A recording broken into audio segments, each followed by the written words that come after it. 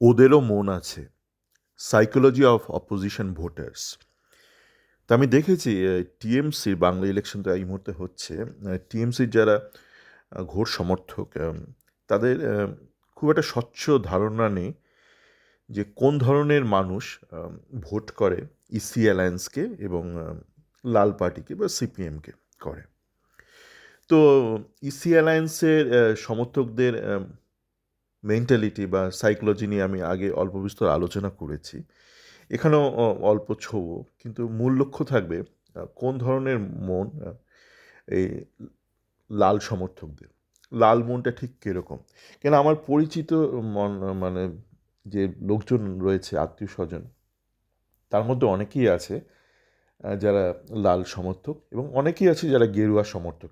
আমার স্কুল কলেজের স্কুলের অতটা জানি না, আছে স্কুলেও আছে এবং কলেজে, ইঞ্জিনিয়ারিং কলেজে একটা বেশ একটা মেজরিটি সেকশন আছে যারা কিন্তু ঘোর গেরুয়া, হ্যাঁ, বা ইসি অ্যালায়েন্সের সমর্থক। আমার সুইজারল্যান্ডে পরিচিত বাঙালি মহলে অনেকেই আছে যারা আমার পরিচিত, যারা ঘোর গেরুয়া সমর্থক। আমি বুঝতে দিই না যে তাদের মনটা আমি বুঝি, মনটা বোঝা তো উচিতই, তাই না? কিন্তু লাল নিয়ে আপাতত আলোচনা হোক। আমার পরিচিত অনেকেই আছে যারা লাল। দেখুন, এই কাউকে কমিউ কমিউ এগুলো বলে দেওয়া না, মানে জেনারেলাইজ করে দেওয়া, মানে কিছু বুঝতে পারছি না, কমিউ একটা এরকম ধরনের একটা বলে দেওয়া। এবার যারা পশ্চিমবঙ্গে যারা লালের সমর্থক, তারা কিন্তু এতদিন তাদের একটা সংখ্যাগরিষ্ঠ ভোট দিয়ে এসেছে কাকে? তারা ভোট দিয়ে এসেছে গেরুয়াতে, ইসি অ্যালায়েন্স, ওই বাম নাম যেটা আপনারা বলেন। এবং এইটা নিয়ে তৃণমূলের লোকদের একটা, বিশেষত নেতাদের একটা ভুল ধারণা আছে, বা তারা তো ইচ্ছা করেই ভুলটা বলে রাজনৈতিক কারণে, যে সিপিএমের যারা লিডার তারা নাকি একটা বার্তা পাঠিয়েছিল এতদিন ধরে, মানে বিগত যত ইলেকশন হয়েছে বাংলায়, যে তোমরা সবাই গিয়ে রামকে ভোট দিয়ে বা গেরুয়াকে ভোট দিয়ে দাও। এটা অতি সরলীকরণ, মানে ওভার সিম্পলিফিকেশন। মানে সেই অর্থে কোনো লিডার কিন্তু তাদের নেই এই মুহূর্তে লাল পার্টির, যার এক বাক্যে সবাই মিলে একটা কুয়োয় গিয়ে লাফ মারবে, এই ধরনের লিডার তাদের অ্যাকচুয়ালি নেই এই মুহূর্তে। সে টিএমসি লোকরা দাবি করুক কি লাল সমর্থকরা বিশ্বাস করুক, সেই ধরনের লিডার তাদের নেই এই মুহূর্তে। তাহলে কি হচ্ছিল? যেটা হচ্ছিল যেটা আমি আমার পরিচিত অনেক লাল এর থেকে শুনেছি, সুইজারল্যান্ডেও আছে। এই তো আগের বছর দুর্গাপুজোর সময় একজন বলল, যাকে ইচ্ছা ভোট দেব, মমতাকে না, যাকে ইচ্ছা ভোট দেব। মানে তখন আরেকজন এসে বললো, তুমি দরকার হলে ওই বলাৎকারীদের দেবে। হ্যাঁ, দিতে পারি। তখন আরও একজন খেপে গেলে, কি মানে এটা কী ধরনের দৃষ্টিভঙ্গি? আসলে একটা শ্রেণী আছে লালের সমর্থক, যারা ঘোর লাল সমর্থক ছিল। তো তাদের মনে একটা ক্ষত রয়েছে যে 34 বছরের যে লালের একটা সাম্রাজ্য, সেটাকে ধূলিসাৎ করে দিয়েছিল মমতা বন্দ্যোপাধ্যায়। সেটা মমতা কিন্তু একদিনে করেনি। আপনি ধূলিসাতের ঘটনাটা হয়তো একটা দিন ঘটেছিল ইলেকশনে, যেদিন পর্যুদস্ত হয়েছিল, কিন্তু তার আগেও কিন্তু একটা প্রসেস ছিল, যে একদিনে ওই নয় যে এটা আন্দোলন হয়ে গেল, একদিনে কোনো ঘটনা ঘটেনি সেই ধরনের। তো এইটা তাদের মধ্যে একটা ক্ষোভ আছে। যারা পুরনো লালদের মধ্যে এইটা হচ্ছে তাদের সাইকোলজি। মমতা আমাদের সরিয়ে দিয়েছে, সেটা ক্ষত, আর কিছু তারা আগে পিছে তারা ভাবে না। তাদের নাম আমি আলাদা করে নিচ্ছি না, কেন তাদের অনেকের সাথে আমার খুব সুন্দর সম্পর্ক।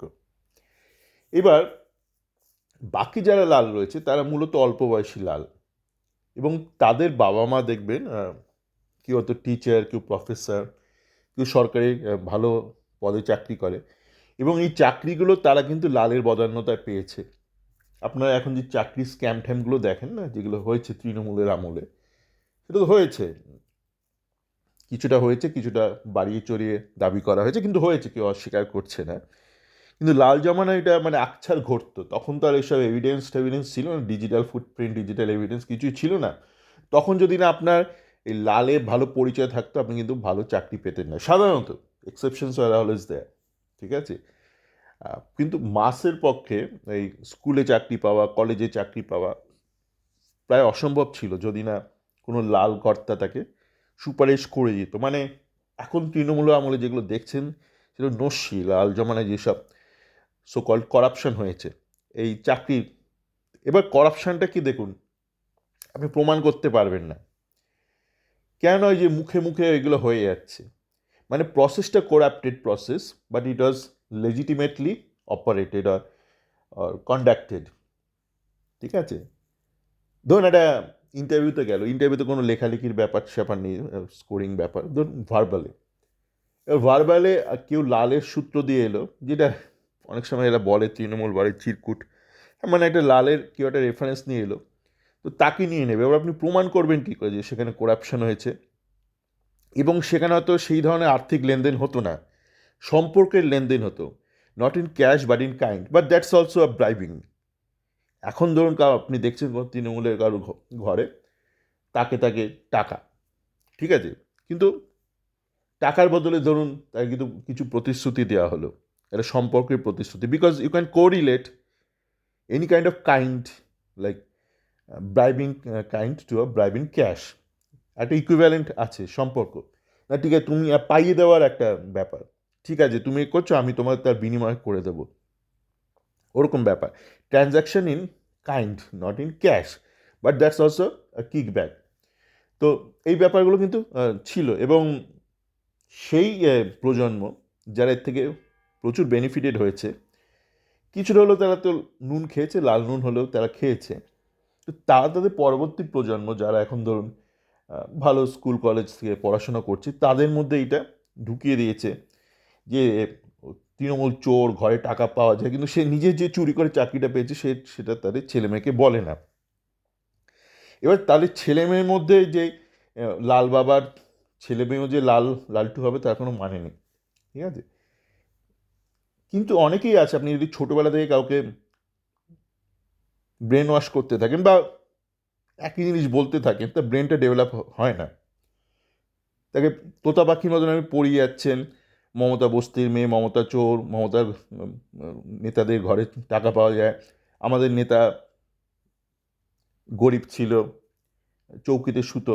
হ্যাঁ, চৌকিতে শুতো, কিন্তু আপনাকে কে চৌকিতে শুতে বলেছে? মানে তাদের ব্যাপারটা এরকম, আমাদের নেতা চৌকিতে শুতো, আমাদের নেতা গরিব।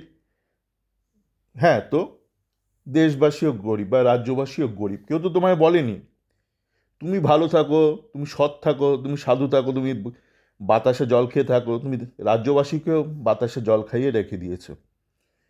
তো সেইটুকু তারা বলে না। এবং আহ, যারা লালের সমর্থক, সেই শ্রেণীর লালের সমর্থক, তারা ওর বেশি ভাবে না, ও চোর, মমতার দল চোর, আমার দল চোর না, আমি তো তোমাকে তো মানে তাহলে ঠিক আছে, তোমাকে আমি বড়জোর একটা ট্রেনের টিটির চাকরি দিতে পারি বা একটা দারোয়ানের চাকরি দিতে পারি, এটা রাজ্যের দায়ভার নয়। দারোয়ান সৎ হলো ঠিক আছে, রাজ্যে যে মাথায় বসেছে সে সৎ, কিন্তু সে আর কোনো কাজ করে না, আমি তো সততা নিয়ে কি ধুয়ে খাবো? কিন্তু এই এই ধরনের যারা লালের সমর্থক, মানে এখন কলেজে পড়ছে, স্কুলে পড়ছে বা কলেজ থেকে বেরিয়েছে, তারা এই একটা লেয়ারই ভাবে, মানে জীবনটাকে তারা পুরো হোয়াইট অ্যান্ড ব্ল্যাক করে দেখে। যেমন মার্কস লিখে গেছে কিছু আইডিয়াল ফিলোসফি, মার্কসের ফিলোসফিগুলো যথেষ্ট ভালো ফিলোসফি, কিন্তু সেগুলো আপনি যখন ইমপ্লিমেন্ট করবেন, মার্কস কিন্তু ইমপ্লিমেন্টেশনটা সেই অর্থে লিখে দিয়ে যায়নি। মার্কস বলেছে কী কী আইডিয়ালি হওয়া উচিত, মানে ইকুয়ালিটি, সোশ্যালিজম, এগুলো বলে গেছে। তো কী করে সেটা আপনি ইমপ্লিমেন্ট করবেন সেটা কিন্তু মার্কস বলে যায়নি, সেটা বিভিন্ন দেশ তাদের মতো করে ইমপ্লিমেন্ট করেছে। কিউবা একভাবে করেছে, রাশিয়া একভাবে করেছে, চায়না, ভিয়েতনাম, বিভিন্ন দেশ মার্কসের আইডিওলজিটা নিয়ে সেটাকে বিভিন্নভাবে ইমপ্লিমেন্ট করেছে। এবং পশ্চিমবঙ্গ কিন্তু এটা এই মুহূর্তে ইমপ্লিমেন্ট করছে, মমতা বন্দ্যোপাধ্যায় করছে। দেখুন মার্কসের ফিলোসফি এমন কিছু, মানে আপনি যদি একটা ভালো মানুষ হন আপনি ওই ধরনের জিনিসই চাইবেন না, এমন নয় যে মার্কস একাই কিছু চেয়েছে আর সেই চাওয়াটা আর কেউ চায়নি। আপনি যদি একজন আদর্শ পুরুষ হন, আপনি যদি সত্যিকারের রাম হন, রামচন্দ্র হন, আপনি ওটা চাইবেন, যাহা রাম তাহাই মার্কস। মানে একজন আদর্শ রাজা যা চাইবে, একজন আদর্শ ফিলোসফার সেটাই চাইবে। একটা ন্যূনতম বৈষম্য যেন সমাজের মধ্যে থাকে, একটা যেন আনপ্লেজেন্ট সোশ্যাল স্ট্রেস না থাকে। তো সেটাই মার্কস বলে গেছে, এবার বিভিন্ন দেশ সেটা বিভিন্নভাবে ইমপ্লিমেন্ট করেছে। এবার আমাদের দেশে বা যারা সিপিএমের সমর্থক বা সিপিএম সেটা কীভাবে ইমপ্লিমেন্ট করেছে, আমিও খাবো না, ওকেও খেতে দেবো না, আমিও গরিব সেও গরিব। এবং সেই লিনিয়ার চিন্তাভাবনাটা কিন্তু এই এই প্রজন্মের সিপিএমের সমর্থকদের মধ্যে রয়েছে, সাদা কালো, তার বেশি আপনি তাকে দুটো প্রশ্ন করবেন উত্তর নেই। মমতা চোর এত অবধি ঠিক আছে, মমতা এই বস্তি মেয়ে এত অবধি ঠিক আছে, মমতা ইংরেজি বলতে গেলে হোঁচট খায় এত অবধি ঠিক আছে, তারপর কি তোমরা কিভাবে কি আনবে। আমি সিপিএমের যত নতুন প্রজন্মের লিডার আছে তাদের ইন্টারভিউগুলো শুনি। একটা মেয়ে এই মুহূর্তে ইলেকশনে দাঁড়িয়েছে, তার একটা ইন্টারভিউ শুনলাম, আর একটা মেয়ে বেশ কয়েকবার দাঁড়াচ্ছে হাঁটছে, তাদেরগুলো শুনি। দেখুন, ব্যক্তিগত মানুষ হিসেবে তাদের সঙ্গে আমার কোনো মানে অসুবিধা নেই। আমি মনে করি তারা ব্যক্তিগত মানুষ হিসেবে যথেষ্ট ভালো, কিন্তু তাদের এডুকেশনটা একটা জায়গায় আটকে রয়েছে। তারা সবাই সোকল্ড হাইলি অ্যাকাডেমিক্যালি এডুকেটেড, মানে কেউ পিএইচডি, কেউ মাস্টার্স, এরকম হাইলি অ্যাকাডেমিক্যালি এডুকেটেড, কিন্তু তাদের চিন্তাভাবনার মধ্যে একটা এডুকেশনের অভাব রয়েছে, মানে প্র্যাকটিক্যাল এডুকেশনটা তাদের খুবই কম। তাদের যখন কথাবার্তা বলে আমি শুনি, লিডারদের বলছি, তাদের সঙ্গে কাউকে আমি পার্সোনালি চিনি না, আমার বউয়ের সাথে কারো কারো পরিচয় আছে, কিন্তু আমি পার্সোনালি কাউকে চিনি না, কিন্তু তাদের ইন্টারভিউগুলো শুনে আমার এটাই মনে হয়েছে যে তাদের রিয়েল লাইফ প্র্যাকটিক্যাল এডুকেশনটা একদমই নেই, বা থাকলেও সেটা খুবই দুর্বল। এবং তারা যখন কথাবার্তাগুলো বলে আমি দেখি মানে একটা জায়গায় গিয়ে আটকে যায়, খেয়ে আটকে যায়, মানে আপনার সিকোয়েন্স অফ ইভেন্টস বা সিকোয়েন্স অফ লজিকে একটা জায়গায় গিয়ে তারা আটকে যায়। তো নেতাদের যখন এই ধরনের হাল, তখন তাদের যারা সমর্থক তাদের চিন্তাভাবনার যে একটা লিমিটেশন রয়েছে সেটা নির্দ্বিধায় বলে দেওয়াই যায়।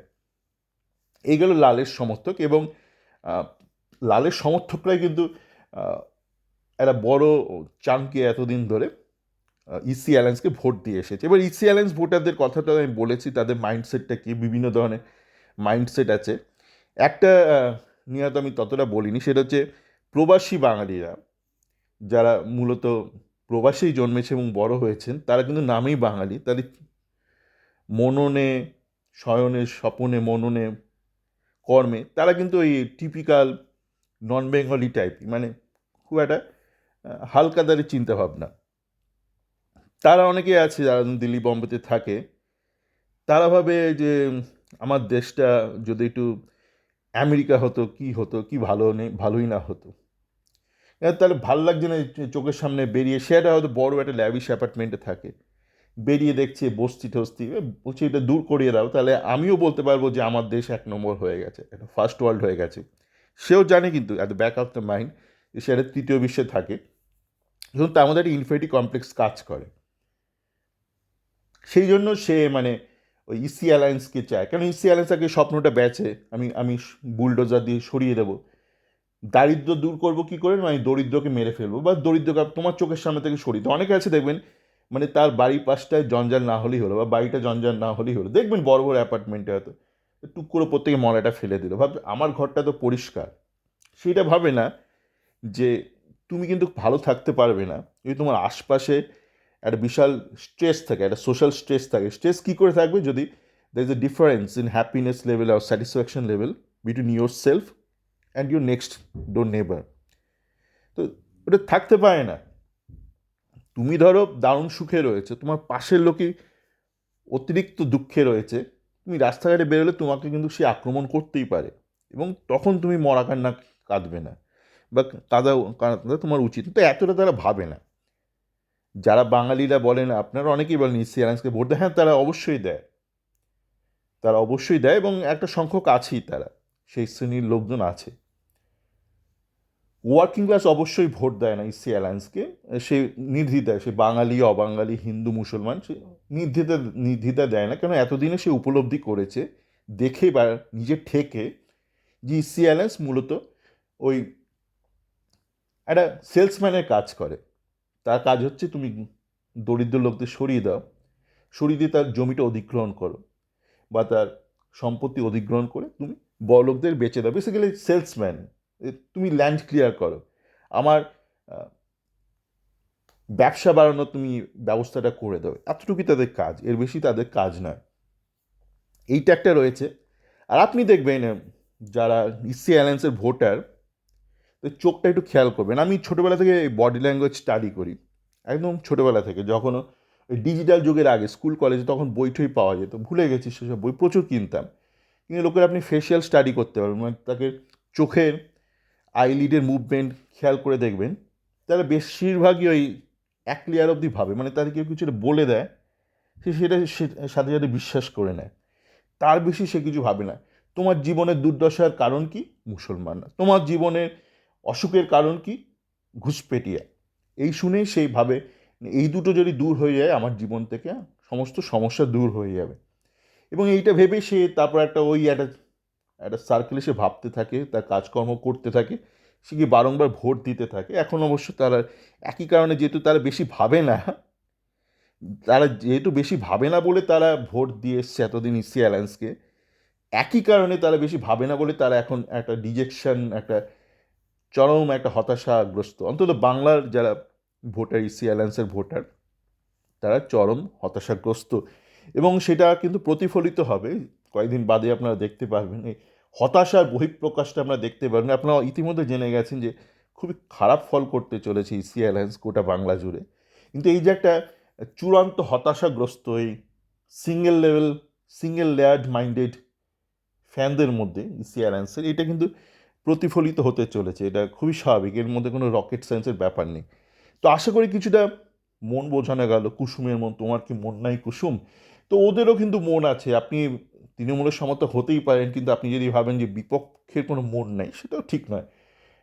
একটা গরুরও মন থাকে, একটা পোষা কুকুরেরও মন থাকে, আপনার বিরোধীরা একটা কিন্তু মন আছে। এবং একটু মনটা একটু বোঝার চেষ্টা করলাম বা বোঝানোর চেষ্টা করলাম। সকলে ভালো থাকবেন।